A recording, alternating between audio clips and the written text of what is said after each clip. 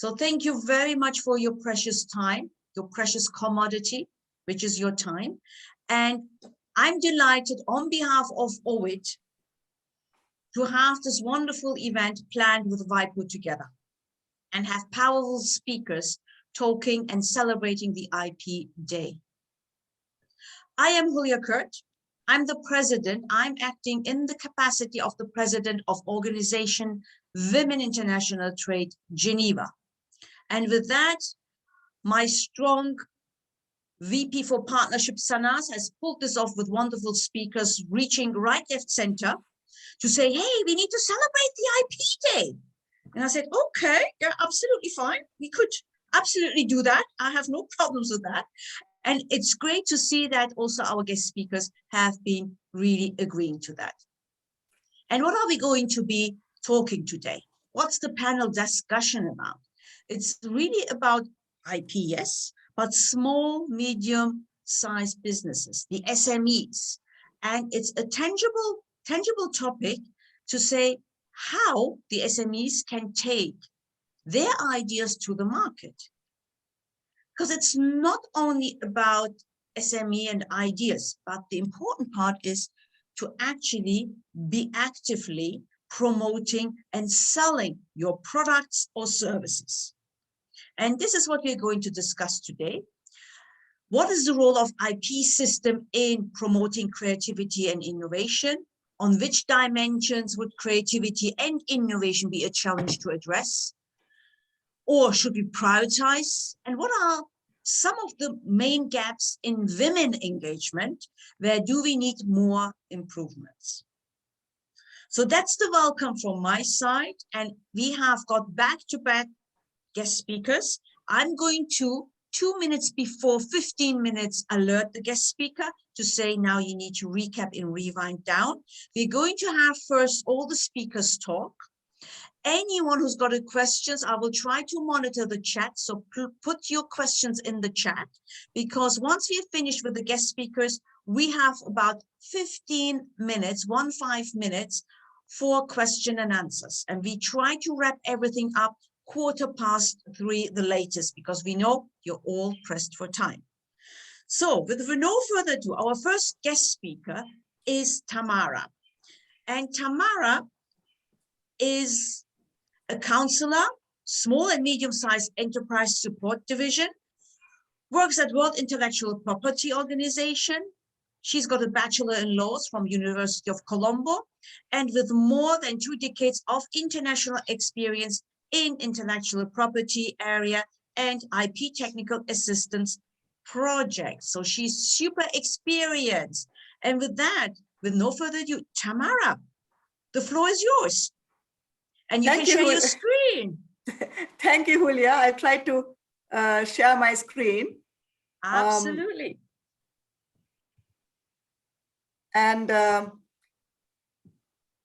Let me say that I'm going to be speaking today more specifically about a project I have been managing on women inventors.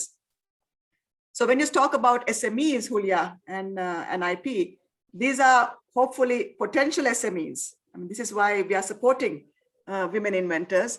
And in 2017, Canada, US, and Mexico got together and proposed to WIPO that we should think about how we can support women inventors.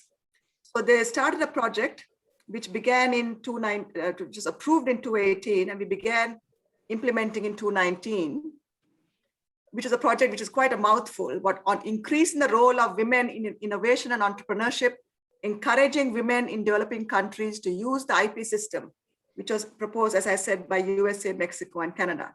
So the objective of this project is to support women inventors, broaden their awareness, knowledge, and use the IP system through better support programs, mentorships, and opportunities to network, so that we can have more and more women inventors bringing their IP-based products to market. We had 4 pilot countries, Mexico, Oman, Pakistan, and Uganda. So So the project deliverables, what the project wanted us to do was first to do a literature review, which is basically understand what do academics think about the issues facing women inventors, and collect best practices, meaning what do governments around the world do, if at all, for women inventors, and what kind of stories can we find about women inventors, and to develop a guide on IP issues for startups. As you can see, most of these things are completed. And then to go deeper into the pilot countries and determine what are the challenges faced by women inventors in using the IP system, and then to see what sort of support programs and initiatives are out there in those countries, and identify support systems, mentors, legal support networks, etc. Identify women's associations and all that, and try to find and determine a mechanism of support that you can set up in the country. And then to operationalize that mechanism to support women inventors and to strengthen the capacity of countries to provide IP support through developing materials, capacity building programs, and a toolkit. So this was basically what the project is. I think the heart of what we want to say is, what did we find in the 2.5 years that we've done this project? And essentially, there are many talented women out there. I mean, we know that already, but a lot of people don't seem to know that. So the system is basically failing these talented women.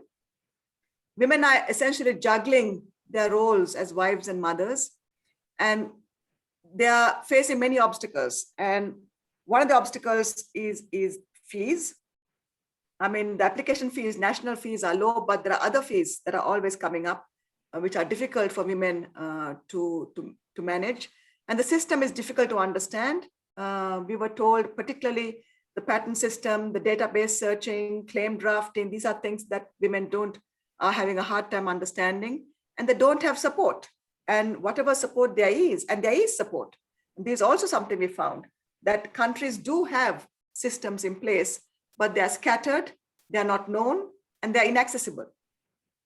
And also there are no IP policies in universities. That a lot of these women are coming from universities, and there is no mechanism in the universities to transfer, to create IP rights and transfer these IP rights into kind of a spin-offs or whatever it is that can enable these women to bring their products to market.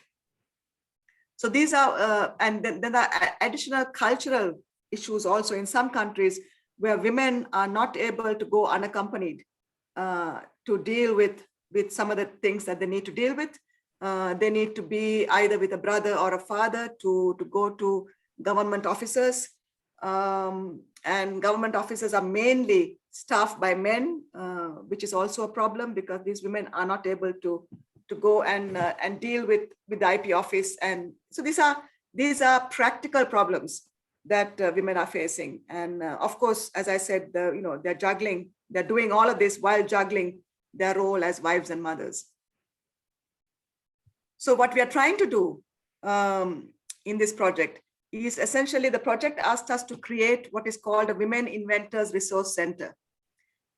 And when practically through experience, one can say that this is a bit ambitious. We can't really, countries do not have the resources on the capacity to create centers, which will be a running center with staff and money and whatever. They don't have the resources to do that. And so what we want to do is to integrate the functions of an Inventors Resource Center into an existing institution, place, person who can provide that kind of support that the women need. And that center should be able to provide advisory support on IP, and also no one place can really help women take their product to market. So you need a network of support. All kinds of different actors need to be accessible. So this center should be able to put together that network of actors so that women can access them in order to receive different kinds of support to take their product to market. And they should be able to provide training. And then very important, women function very well in the context of mentoring. They need other women to tell them how they have approached things, how they have succeeded. That is something that really helps women. So we need to have create a roster of mentors in the different countries. Basically, ask for volunteers. There are successful women.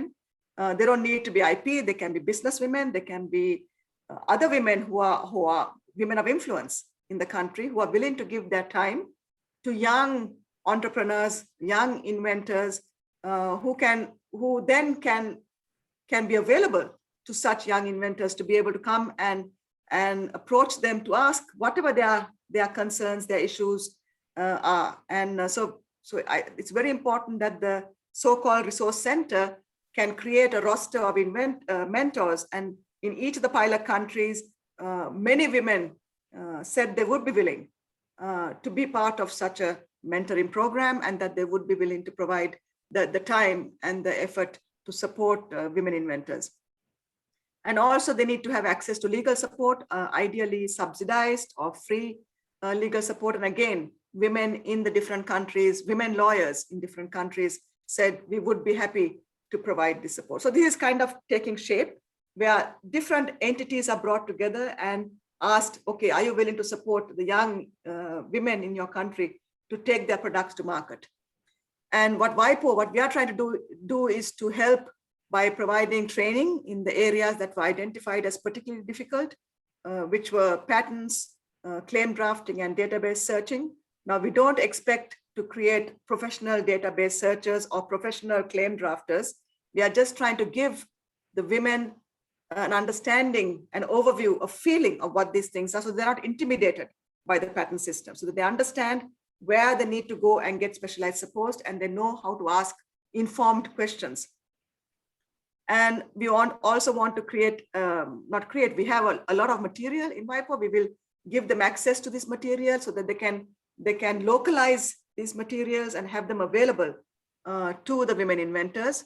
And we will also try to run a mentorship program for them with international mentors to give these women and the so-called focal points or centers an idea how they can provide this kind of support.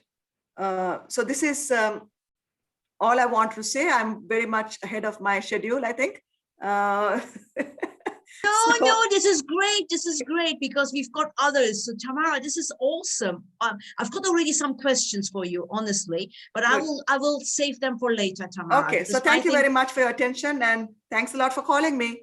Thank you very much for this wonderful initiative. I love it. I absolutely love it. It's so powerful, for women, and women need that support, I think, Tamara, and what you're trying to build up is just amazing. I absolutely loved it. Great. Caroline is next, and she already put out her wonderful, I can see the presentation there.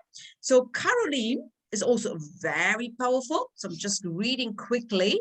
So she's a professor of, oh my God, this is an abbreviation, DST, NRF, SARChI Research Chair in Intellectual Property, Innovation and Development in the Department of Commercial Law at the University of Cape Town, who has served as head of the Department of Commercial Law from 2014 until 16, and as a deputy dean. Postgraduate studies in 2017, and also in January until January and June 2019. And at the moment, she is currently a member of the African Policy Research and Advisory Group on STI. I don't know what the abbreviation is, but Caroline, you might want to elaborate on that. And a member of the advisory board of the African Network of International Economic Law and of the Academy of Science of South Africa. She has also served on the AU Scientific Technical Research Commission and working for IPO, ECA, and SADC. So, Caroline, the floor is yours. Thank you very much, Hulya. Good afternoon, good morning to everybody. It is indeed a pleasure to be with you this afternoon for me. I just wanted to apologize right off the bat. It's a public holiday and school holiday. My home is full of teenage boys running around. I have logged myself up, but in case one of them finds their way to me, will forgive me, please. We love it, right? To be online and on Zoom, isn't it? It just gives that wonderful vibe with kids and cats and dogs. I've seen all the shebang, honestly. Yeah. You're forgiven. You're forgiven, Caroline. Go ahead. Thank you very much. And I mean, whilst we talk about the virtual space, this is the other great thing. So this year and last year, I've attended so many events that I could not possibly have prior to COVID, because I just would not have been able to travel. So it's really great that we can meet in this way, because it might not have been possible otherwise. And you wanted me to tell you what that abbreviation was: STI, Science, Technology, and Innovation. That's what it is. Okay, great. So in the 10 minutes that I have, 10 to 15 minutes that I have, I really wanted to frame my thoughts around this particular slide. I want to focus on the challenges that women face when they start to trade across borders. So Tamara has done a really great job. She has said a lot of the things that I wanted to say. So I will recap on some of those things and just cast them in my frame of reference. And so what I wanted to do with this particular slide was this. I wanted to start in the middle and then move to the left and to the right. And so we've heard from Tamara about the study that they've done with those 4 countries and the challenges that they found to be prevalent amongst women. So I'm just going to do a bit of recap, but my thoughts are not grounded in a particular national space. You know, they had the 4 countries in the WIPO study. I am just speaking generally, but I'm being mindful of the fact that today we wanted to focus on SMEs, and we also wanted to speak also about Indigenous women. So I'm going to try and link those 2 in here. So the center then, where I wanted to start. So I wanted to start by saying that for women entrepreneurs, often we have to dig a bit deeper in order to surface the challenges that face us, and then also to lead into discussions about recommendations. And so the first thing I wanted to say was here, to say that often people will say to me, when you start talking about intellectual property and gender, but they say, when I look at the law, where's gender? Like, where are you dreaming this up from? And I always say to them, well, you must be mindful of the fact that intellectual property and business and trade do not operate or exist in a vacuum. They operate within society as we know it. And society sadly does have a lot of structural inequalities that affect women, women entrepreneurs. In some countries, there are difficulties with regard to accessing finance, with owning property such as land. So there are inbuilt structural inequalities that would be relevant to a women-led SME.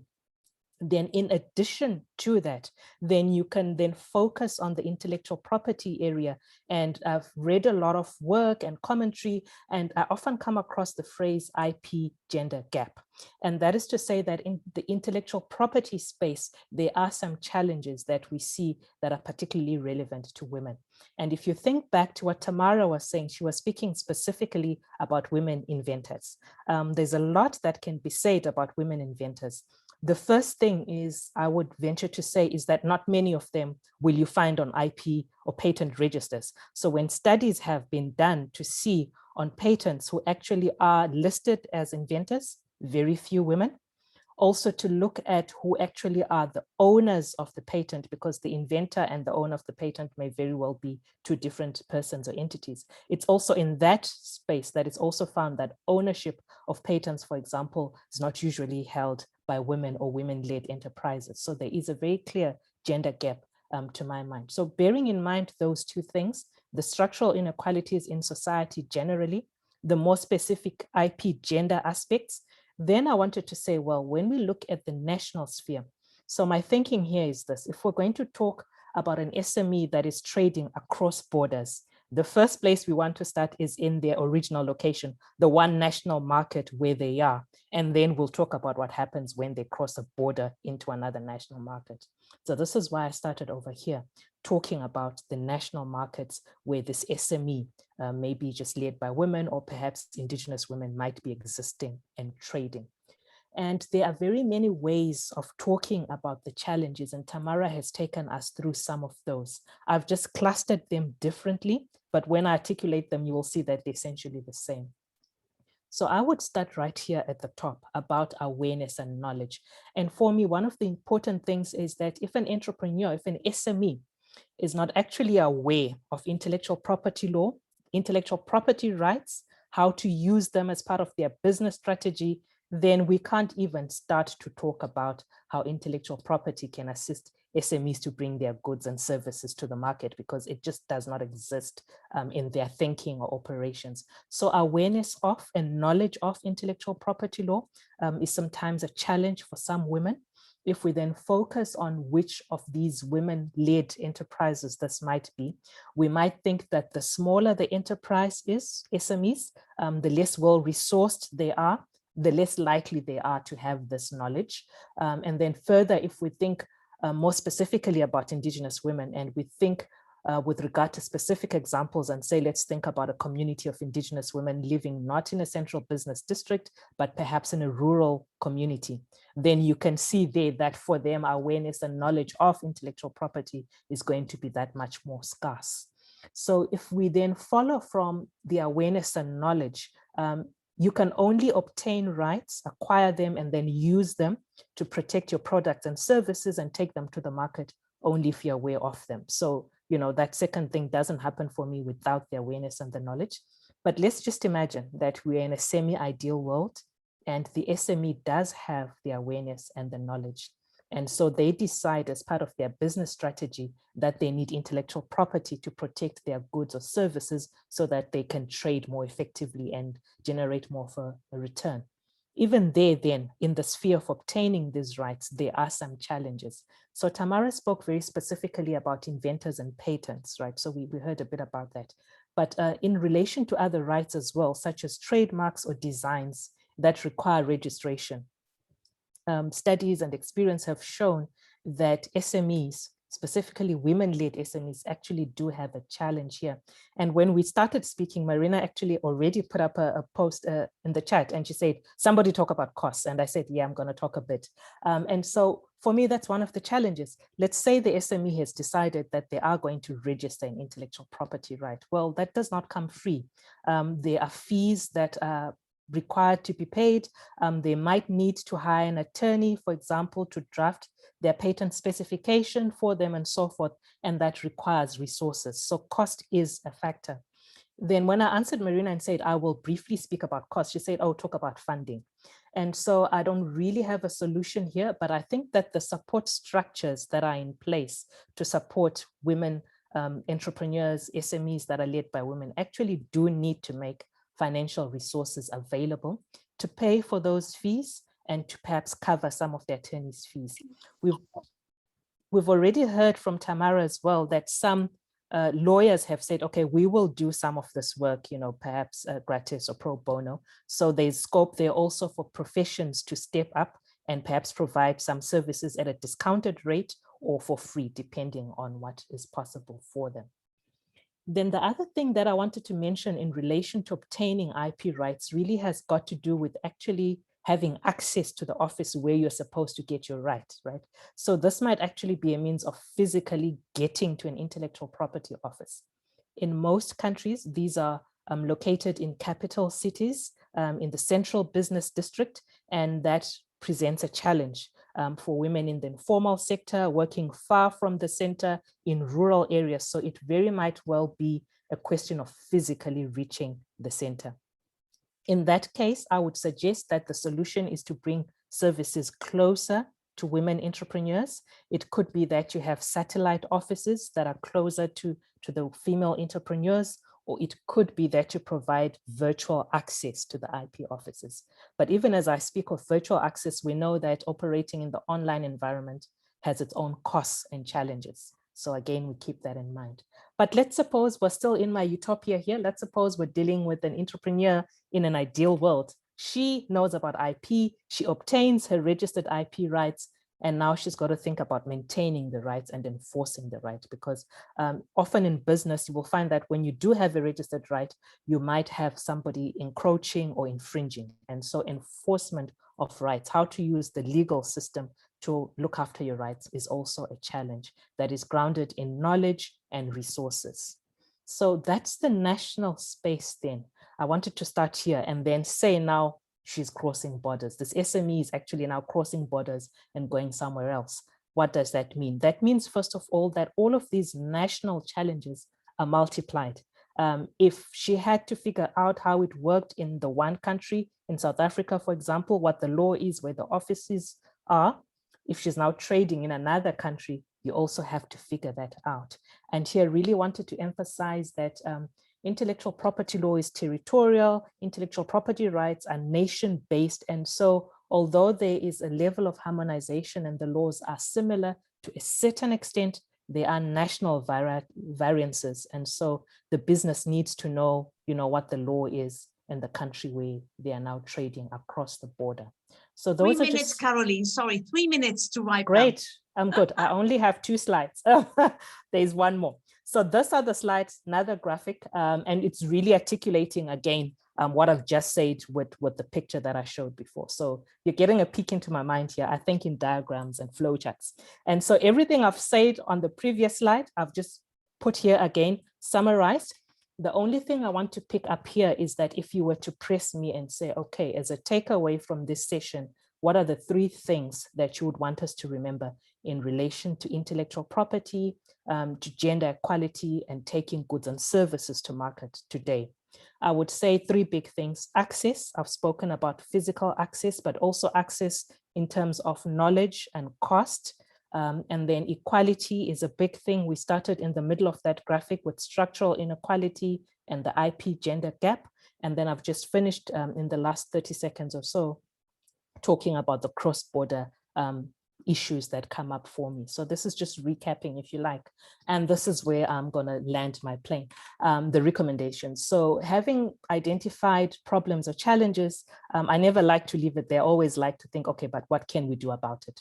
So I've already made some suggestions when I was speaking about the previous slides about access, for example, bringing services closer to market, making the funds available. So perhaps the last 2 things that I want to pick up on this slide are those that pertain to equality and cross-border challenges.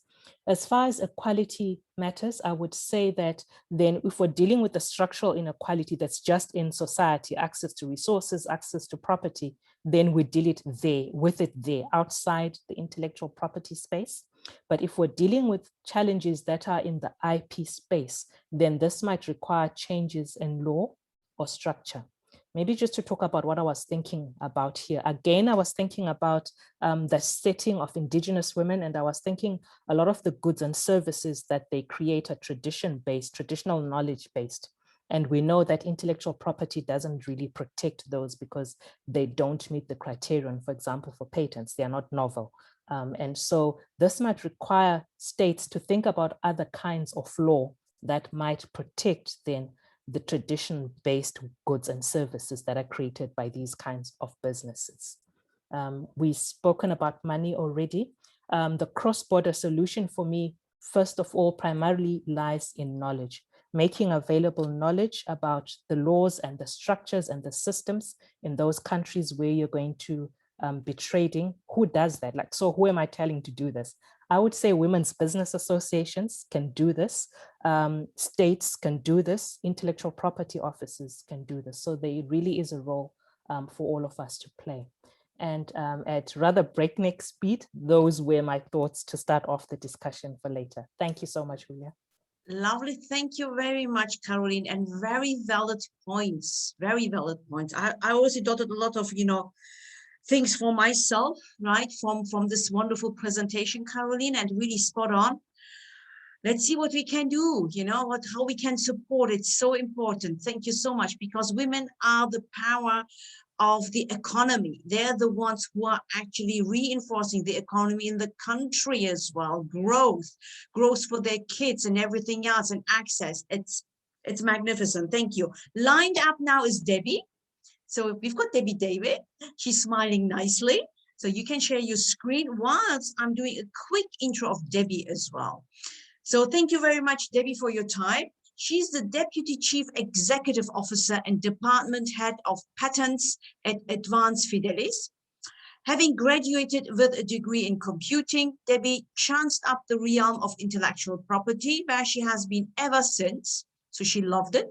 She has worked across the major types of intellectual property prior to settling in to her present strategy and development role. She's a registered patent, industrial designs, trademark, and geographical indications agent of Malaysia. She serves as the Honorary Secretary for International Association for the Protection of Intellectual Property, like AIPPI Malaysia Group, and also the Subcommittee Chair, Regional IR Analysis, Indigenous Rights Committee. So, welcome, Debbie, and the floor is yours. Thank you so much, Hulya. It's such a pleasure to be here. Good day to everyone. It is nighttime where I am, but I'm really excited to be able to share with you some perspectives. And today I come to you representing INTA, which is the International Trademark Association, where I work within the Indigenous Rights Committee. So just as a quick summary, I'm just going to share some aspects of intellectual property in relation to traditional knowledge and traditional cultural expressions. I think Caroline has set such a wonderful stage for me to continue, as she was just speaking about what opportunities we can have with local communities and tying them together with SMEs. So I'm going to talk about that, and hopefully in the next 15 minutes, I'll be able to cover that off, as well as share two stories that I was directly, and projects that I was directly involved in relation to this space. So with that, let me just get my slides working. Just a quick overview of our committee. In front of you is the committee that we have that looks after Indigenous rights.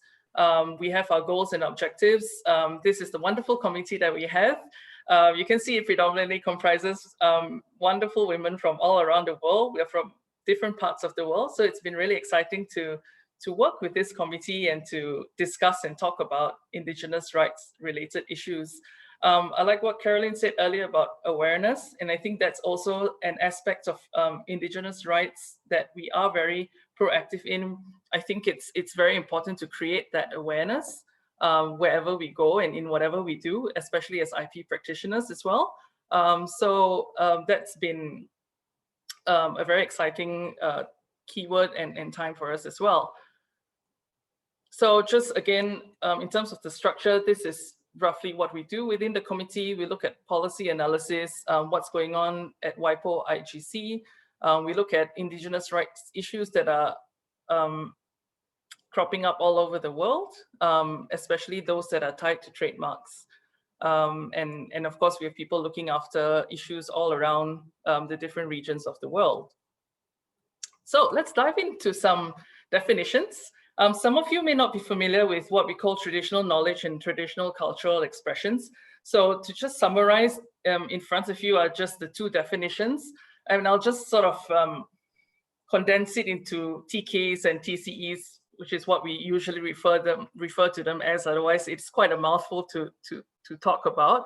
But you know, when you look at Indigenous communities and Indigenous rights, it really links to one of these two areas. Traditional knowledge would be things that a community knows about, or sort of medicines like leaves that they eat that cures stomach aches, for example.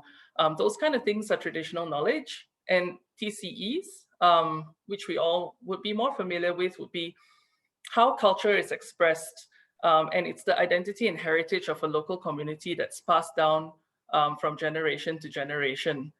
So with that in mind, that's just definitions. And I hope that brings back some memories from where you all are. All of us come from places where there's local communities and Indigenous cultures and people. And so we can link up these ideas to those thoughts. So we look at TCEs specifically because there are a lot of issues surrounding it. So TCEs are sort of the identity of the Indigenous and local communities. So when we talk about protection and using TCEs, which then becomes relevant to SMEs down the line, because what if I want to use a TCE? We're looking at who should really benefit from the protection of these TCEs. And the obvious answer is, well, the Indigenous and local communities. But as I'll explain later, how then can it benefit the larger economy? How can it benefit SMEs that wish to harness the use of these TCEs if they were looking at it? And that's something that we'll look at in a couple of minutes. The misconception, or what a lot of people would do, is that TCEs are freely available to use. So I'll just go on the internet, I'll go to Google Images, I'll just key in, indigenous fabric or something like that. And, it'll pop up all these results, and I'll look at what pattern I like. And, hey, let's start a business printing some traditional textile, and I'll just sell that. So I'll just take a Google image, I'll just look at this pattern, I'll make it into some cloth, and I'll sell it. What they don't realize is that there is more often than not, there are some TCEs that are existing, and the fact that you're using it without authorization is actually misuse of that TCE, because these motifs or these elements that appear on the fabric have a certain meaning to these communities, and it could be religious, it could be cultural, it could be a lot of other things. And the fact that you are putting it on fabrics, or possibly making it into articles of clothing that are worn at places where at different places may be offensive to them. So that's just a classic example of misuse of TCEs, which we commonly come across. So we then go into the why. So why should TCEs be protected? Well, the obvious reason is so that we work against appropriation of the TCEs, so that it doesn't cause offense to the community. I think that's a given. That's a very logical reason why TCEs should be protected. And so if we understand why and that the communities should benefit from the protection of TCEs, we look at the hows. It's becoming more common these days to see trademarks being filed by the community, for example. We look at things like collective trademarks, where a community decides that they want to indicate that this product or this is from their community, so they have a collective trademark that is used for the products that they provide.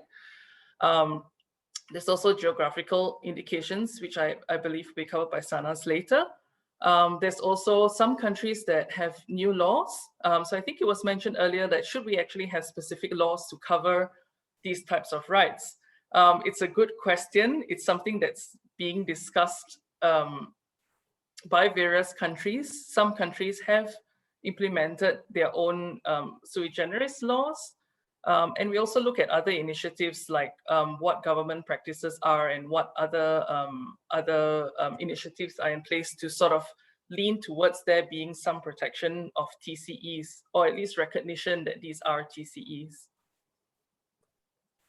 So that brings us to the next question, which is we have the local communities that have these TCEs and TKs. They have their challenges, they have their obstacles, which I think was covered to a certain extent earlier. It's how do I bring my product to market? Do I have something? Do I know how to do it? How can I protect it? What happens if I don't know what to do? Then we have SMEs who may be looking for something and thinking of what they can do to find a new business opportunity, or are looking for some new venture that they like to go into. So when I was thinking about it, and this leads to the stories later, there is that kind of synergy that you can create between SMEs and these local communities. As you know, the TCEs have all these aesthetic values and cultural elements. They have this identity that a country may recognize. Like, I'm from Malaysia. If I see something that is from Malaysia, I have that sense of pride. Like, wow, this is my country. This is my country's culture. I love it. I'll support it. I'll keep doing it. I'll keep buying it, and I want to share this with the world because I'm so proud of my culture, and it's recognizable by people who live here. So with that thought in mind, communities are not necessarily adverse to TCEs being used. You just need to engage with them, ask them questions, find out what is it that they would like to do, and how, and perhaps you can sort of create a nice collaboration where both parties have benefits and can take advantage of these opportunities. So yeah, right. So it's creating that mutually beneficial relationship. I think this is again a very obvious idea, and obviously the fact that you can bring your local TCEs to the world stage and you make it famous in that sense, it's always a nice achievement once you've got there. Debbie, you've got 3 minutes left. Sure, 3 minutes. Mine says 10 minutes. All right, no problem. I'll just cover off my stories very quickly then. I'll leave this slide really talks about how both sides can sort of bring a collaboration together and what each side can do, the SME and the local community. And so, you know, with all that theory aside, I think what's really interesting is, and I'm going to jump right into my story right now. And these are two quick stories as to how the community has worked with an SME, or in this first instance, one of the government agencies that supported the initiative to sort of bring these products or traditional knowledge and TCEs out to the market and allow it to have access to the general public. So talking about Malaysia, I've circled a place in red. It's East Malaysia. It's a place called Sarawak. It's got this beautiful rainforest, and it's the land of the hornbills. There's this community, a couple of communities there. They live in the highlands. A government agency went in and did traditional knowledge documentation with them and found out about this really interesting product. Well, not product, but it was a leaf that had antimicrobial properties. And so what resulted from that was actually a whole line of products that have recently been brought to market. We filed for the trademark for it. There's a geographical indication for it as well. There was a benefit sharing agreement signed with these 5 communities so that any commercialization of these products would result in benefits going back to the community. So it was really a very nice story that it took many years to develop. It started in 2005, and probably 2 years ago was when the commercialization activities really began. So this is really one of the stories that we have arising from that whole engagement with the community and partnering with them. The second story is something where we were involved with them as well. So this lady was a housewife. She was thinking of what opportunities she could have to start an enterprise. Another lady who was championing Indigenous rights and arts and crafts spoke to her and said, look, your women, you know how to do weaving, and that's not really known. I mean, that's not really something that people know about. So why don't you start an initiative, a weaving initiative?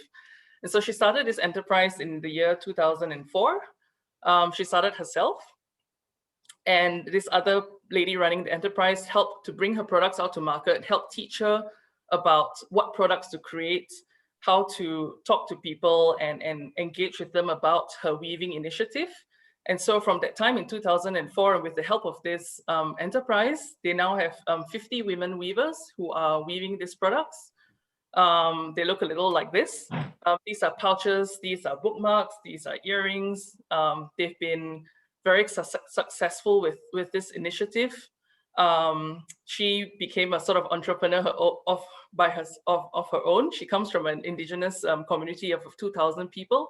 She was the first woman to start this initiative. And yes, it has sort of spawned into this huge opportunity where she has traveled the world talking about what she has done and how she has managed to build this little project by herself to a group of women who are now 50 strong and are leading this initiative. So I think my time is up, but if I can leave you with the last slide to talk about TKs and TCEs, I'd really like to encourage that we focus more on cultural appreciation. There's so many cultural appropriation issues and problems and complaints out there, but you know, if you really focus on the appreciation side of things and we recognize and be aware of these issues and always think about what rights the community has and how we can work with them, I think we can really come up with wonderful collaborations and advancements in this area. So with that, thank you very much for allowing me to share. And Hulya, I will hand it back to you.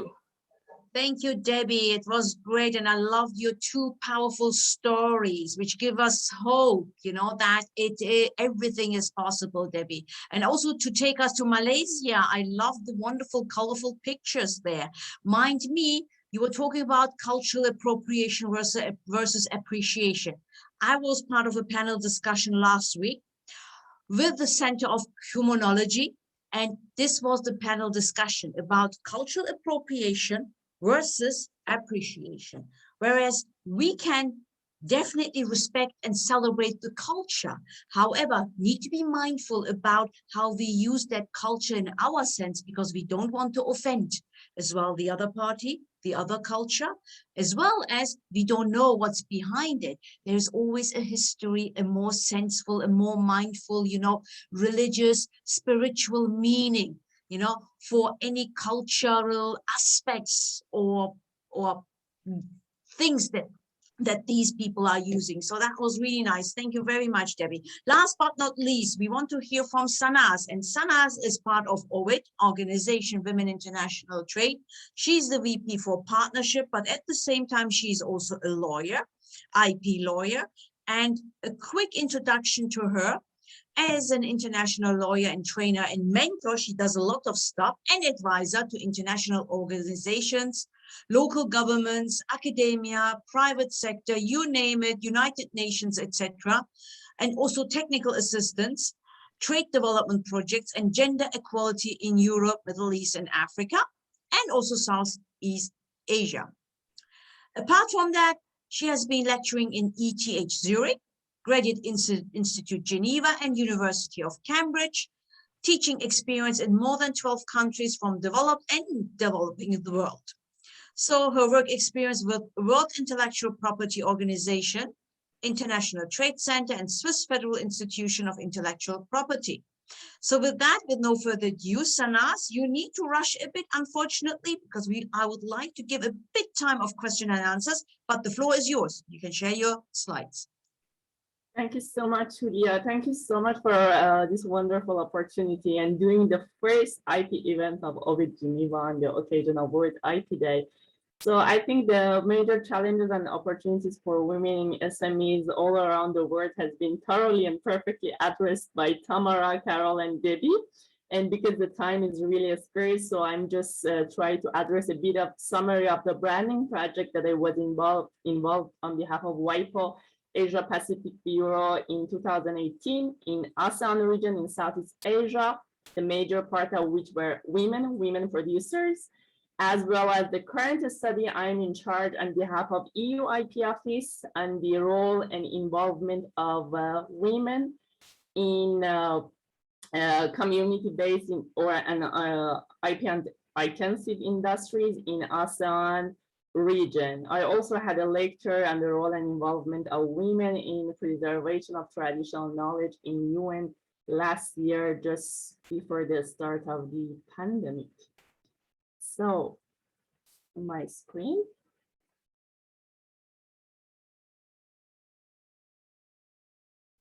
Can you see my slides? Okay, perfect.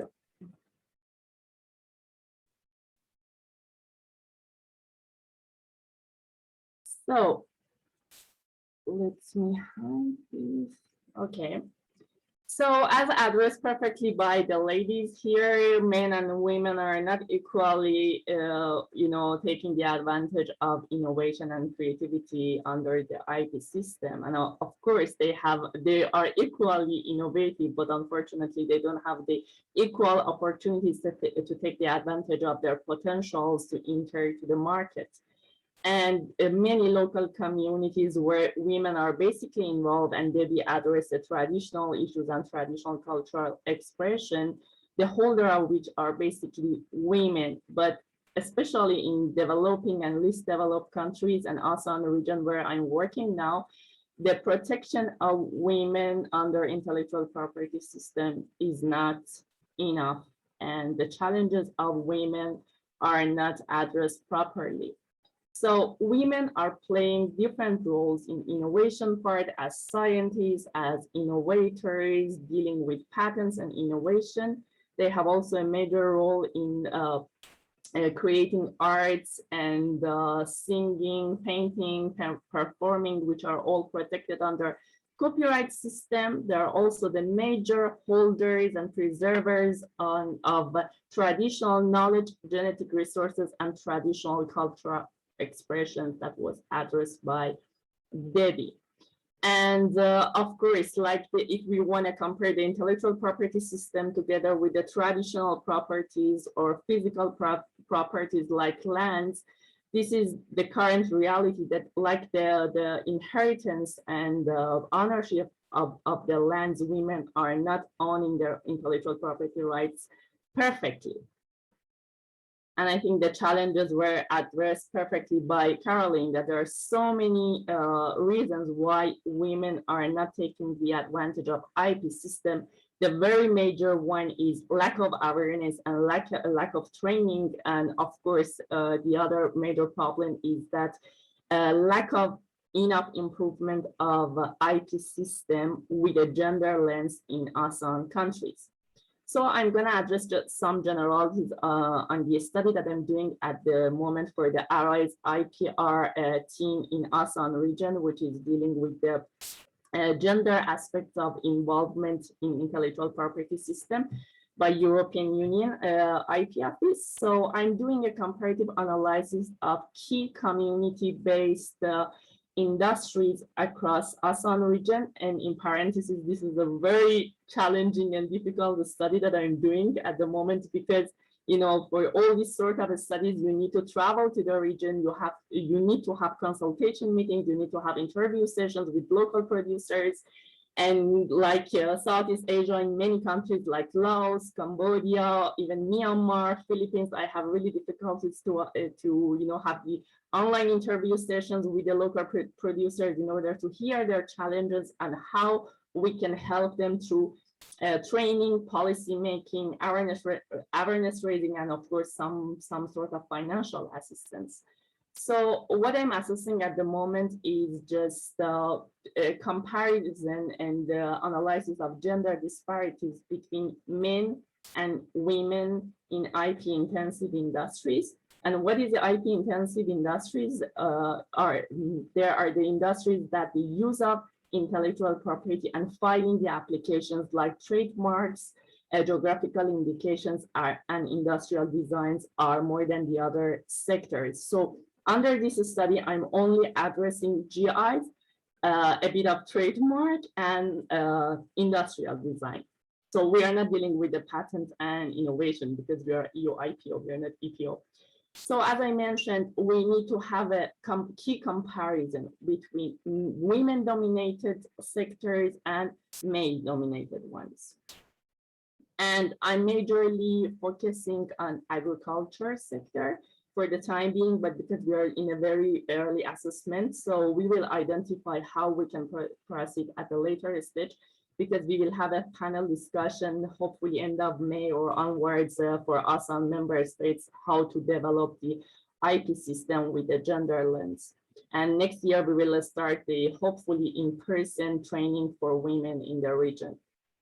So this is the case that I was dealing with on behalf of WIPO 3 years ago in Lao PDR in Laos, in the silk sector that indigenous women are engaged, and they have more than 1,000 years of weaving skills. So under this project, we were dealing with the GI protection, geographical indication, to have some sort of regional branding for the provinces that women are the major producers of the silk product. And as you might know, in ASEAN region, which I have my major work experience, is we have more than 100, even more than 150 GI registered, and we are trying to evaluate how many of women are involved in this registration, how women are taking the advantage of geographical indication, because the mere registration is not enough, and women should be able to use intellectual property rights, including GIs, in order to be able to enter the market, the niche markets, the export markets, and they can some sort of like they can extend their market, and they don't want to be always focused and concentrated on the informal sector without any branding of their products. So they want to have recognition, especially in regional and international markets, through intellectual property system. And so that, with educating them and with also helping the local governments and IP offices and engaged ministries to have policy making based on what women need. So this is another interesting case. I did this on my personal basis when I had a trip to Cambodia. This is some sort of trademark protection for women who are and who were sex workers in Cambodia. And there is an NGO, there is an association taking care of this sort of women, because unfortunately, because of economic situation, some social issues and cultural background, women are forced to work in sex industry to bring money for their families. So this NGO is helping women and training women to learn new skills and produce both, products and services. And then under trademark system, they are trying to give more recognition to these women in the capital city of Cambodia. Sanaz, 2 minutes. Sorry? 2 minutes, my dear. Oh, okay. So this is the shop. This is the NGO that I visited, and you see that like from being the sex worker, they have the opportunity to produce handicrafts, to have beauty and spa services and some other social activities. And this is also, I wanted to address this because I had this lecture in ETH Zurich as well. So, and the role and involvement of women in saffron sector in major saffron producers countries such as Iran, Afghanistan, and Morocco. And it's really interesting that because saffron sector is a family-based industry, women are the major producers and they're involved in all stages of production of saffron. But unfortunately, they lack enough legal protection in order to be able to enter to the market with the name of the region that they're involved. And of course, many other products like carpet, like pistachio, and many other handicrafts that are also produced by women without adequate IP protection. So the challenges still remain as addressed by everyone today. So in order to address these challenges, we are trying to, as I mentioned, increase the awareness and provide advisory services in decision, like in policy and regulatory framework to the policymakers, to decision makers, both in public and private sector, and try to promote the gender balance in the decision-making bodies which are dealing with intellectual property system. And of course, we are trying to customize some training activities for women in the region and help to somehow, it's not possible to close at the moment, but somehow to help to improve the gender gap between men and women for accessing the IP services. Thank you so much. There is a lot to say, but I just close at this point. Thank you so much for all the guest speakers. We've got about 15 minutes left, and then we're going to close the session. So thank you very much for all your input, your recommendations. It's really awesome and valuable. And it really boils down, as my understanding, really again about knowledge, spreading the knowledge with people, with women in rural areas as well, supporting them somehow, providing them kind of information which they lack in a way, form and shape that is easy to understand, right? So because we are talking about indigenous, that means we need to have a language and level that is understandable by everyone, but also mentoring. Mentoring is really powerful, supporting women. Women learn from women, right? So to share that knowledge, be there for them, provide them the resources, the links, whatever is required. So that's a kind of recap I have done for myself, and great takeaways from each of the participants and guest speakers. I saw Caroline, thank you for putting in the chat all your things. This is really great, Caroline. And I really thank Debbie, Tamara, and Caroline for their precious time. Specifically, Debbie, it's in the middle of the night. Caroline, it's public holidays. So thank you so much. And Tamara, for your precious time. I think, Caroline, you wanted to say something? No, that's okay. So now, anyone who would like to ask a question, that's your time now. We've got about, how shall I say, 13 minutes left. Before everyone is thinking and raising their questions in the chat, which I'm going to read out, I've got some questions already because I made a lot of notes. So, and this would be for Tamara. So Tamara, you are the first guest speaker, and you talked about this wonderful, project, right, that WIPO is getting to really vibe. Is that already live or is it in the works? It started in 2019 January, and it's a 4-year project, so it is still in the works. Okay.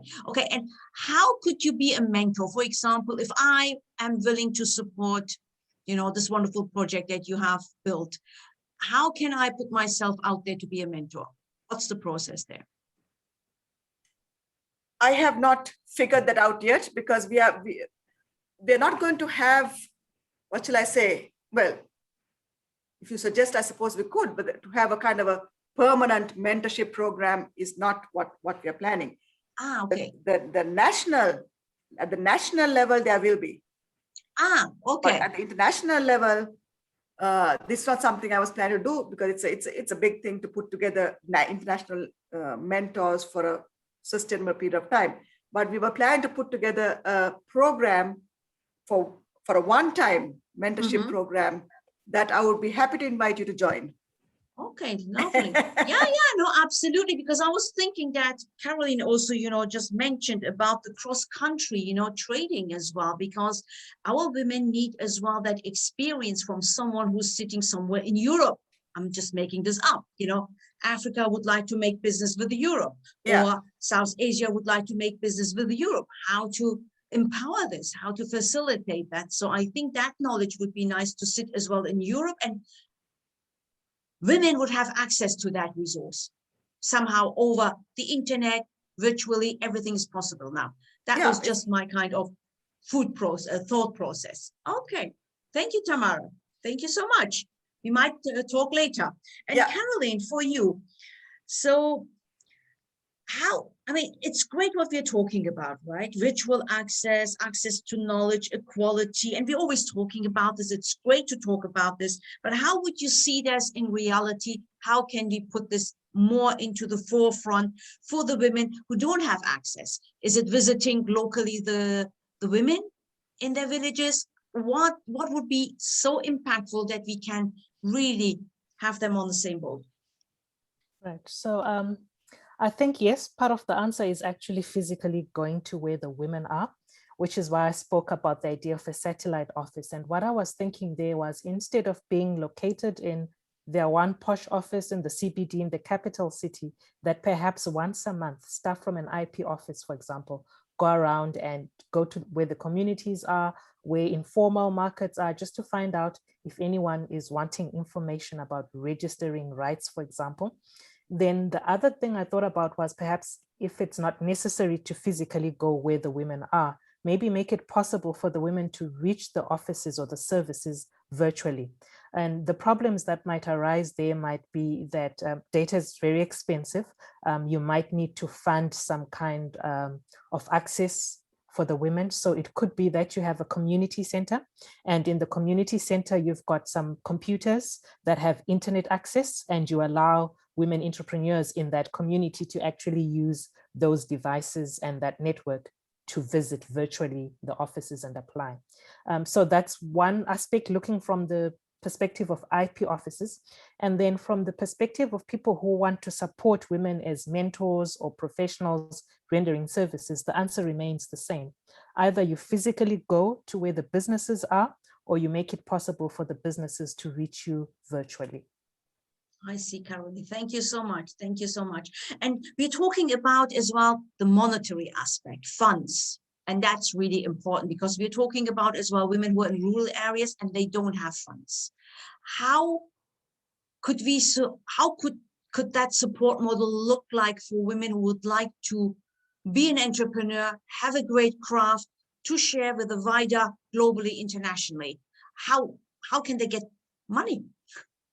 Right, money is always a big problem, right? Yeah. So I think that the best would be to give grants that are not strictly saying repayable. So when I wrote that list out, I put banks at the end because I'm thinking banks are actually only loaning you money and you need to pay it back with interest. And so my first option would be grants or awards from publicly funded institutions. So maybe the state has got a ministry that looks after small business development. That division, that ministry, I think should be making grants and awards available for women entrepreneurs so that they can do their work.